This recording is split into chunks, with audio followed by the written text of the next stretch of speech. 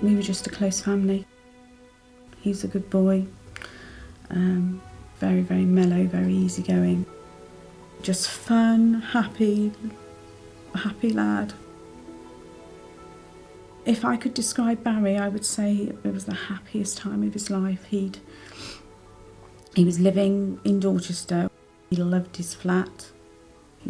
He loved his new job. He was a chef in a local hotel, which meant his social life was part of his work. So he had work friends. He was with all his friends that he'd gone to school with. Barry's friends are the same friends he had at primary school. They've been through primary, secondary school together, and that kept him together when he left school. They all had bikes, and Barry had a bike with them, so they would all go off on a Tuesday up to Poole to show off their bikes, as you do. Very proud to be one of the lads. And he got the bike of his dreams. It wasn't just a run-of-the-mill, it was top of the range, and it was serviced, it was great. And he came down the road and, down the path with all the gear on and flipped his helmet up. And all I could see was his eyes, and they were just alive with "look at me." So then he said, "Come and see me bike." So I did. And inside I was screaming.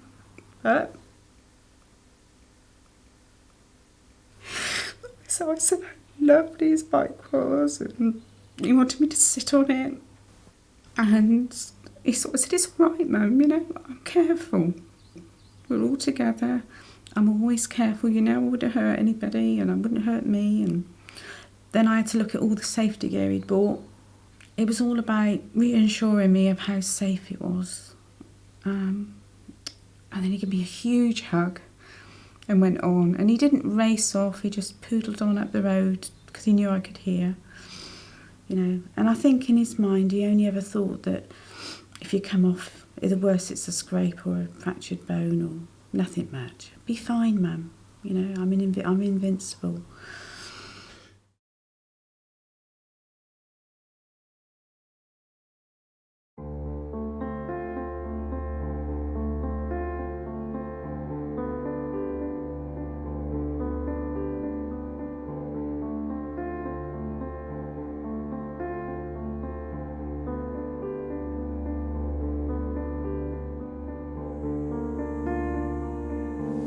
The night that I lost Barry, I was just doing what you always do in the evenings, and there was a knock on the front door and a policeman was there, and he said, "I've got the worst possible news, Barry." And that was it. That was when my world stopped. Just stopped. Barry was travelling towards Weymouth from the direction of Osmington along what's known as locally as the White Horse Hill. As Barry travelled down the hill, he decided that he was going to overtake. At that point, I would say that overtake was probably not on. The reason Barry had this collision is because his overtake wasn't planned. Before we overtake any vehicles, we should firstly check the mirror to see if anything's coming up on the outside, move to the outside lane, conduct the overtake, knowing that we can pull back in safely to our own side of the road without inconveniencing any other road user. What's happened on this occasion is Barry's pulled out, and if he'd have looked ahead and used his observations, he would have seen a blind left-hand bend looming up in front of him quite quickly.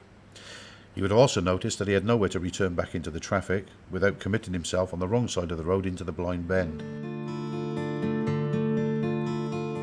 We believe Barry was travelling around about 60 miles per hour, and we believe the vehicle coming in the opposite direction was travelling about 40 miles an hour.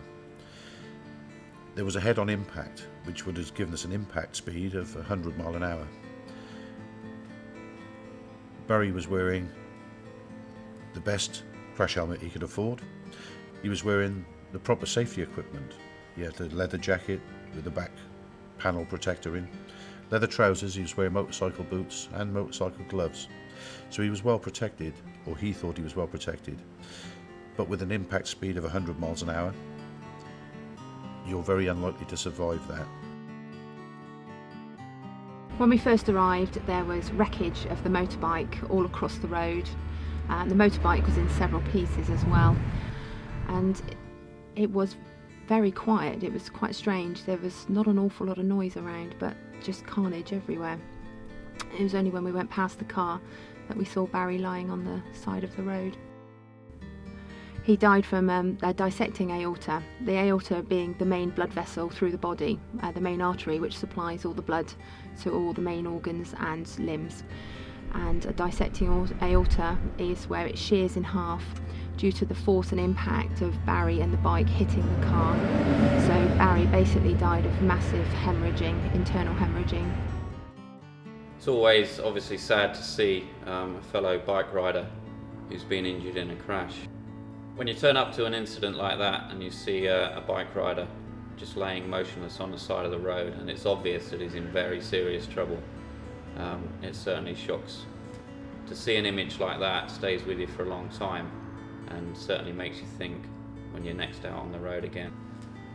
We see too many road traffic collisions on the roads of Dorset. It doesn't have to be fast motorways, so our rural roads are just as dangerous, and sometimes more so. His inexperience may well have played a large part in this collision. The main thing for a motorcyclist is observation, and by observation I mean, is the road surface good? Is there anything up ahead of me that's going wrong or unfolding, or could potentially go wrong or unfold? Could that person pull out in front of me? Have they seen me? Have they made eye contact with me? On top of that, I would say speed is very important. Appropriate speed. And if people match their observations with their speed and their road conditions, then hopefully they'll live to ride another day.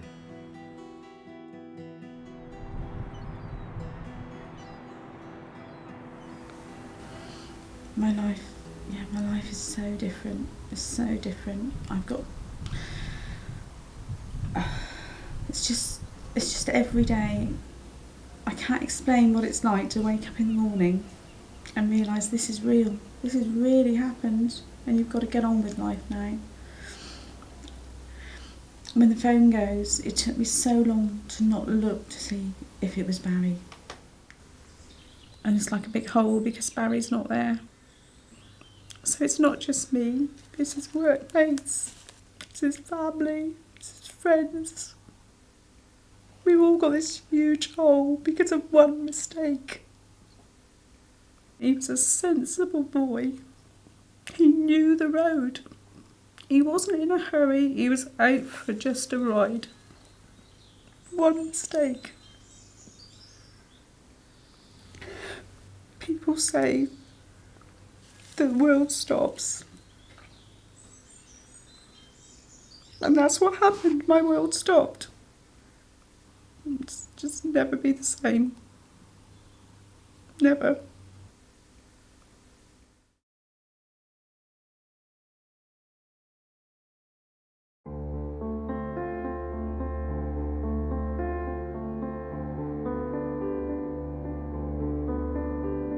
You might have been on that road 100 times, but it only takes one moment, it takes one mistake, and you're gone.